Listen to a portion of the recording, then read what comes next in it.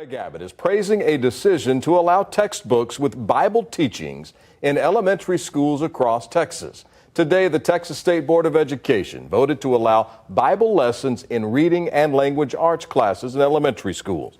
As KVUE's Daniel Perot reports, the materials are optional for schools to adopt, but districts will receive additional funding if they do so. 8 yes. In a slim 8-7 vote, 7 no. 8-7, the motion passes. The Texas State Board of Education greenlit a controversial Bible-infused curriculum. This threatens the freedom of families of all faiths to direct the religious instruction of their children. The optional curriculum is called Bluebonnet Learning. It's for students in kindergarten through 5th grade. Lesson plans include using the Bible to teach about the Golden Rule and the story of Jesus when teaching kids about Christianity's ties to the Roman Empire.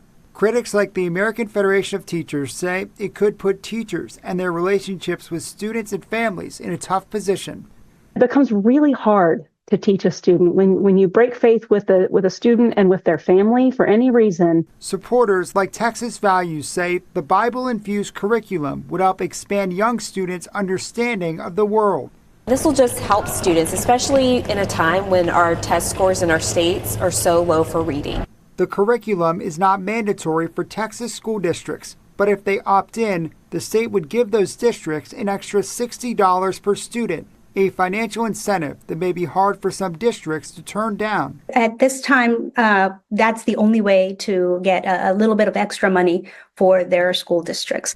The Texas Freedom Network says it plans to mount a grassroots effort with all 1,200 school districts. If they were to decide to use this curriculum, they will be hurting not only our students but our community. Opponents say the curriculum violates the First Amendment by endorsing one religion over another. There are also questions about how exactly this curriculum will be monitored by the state.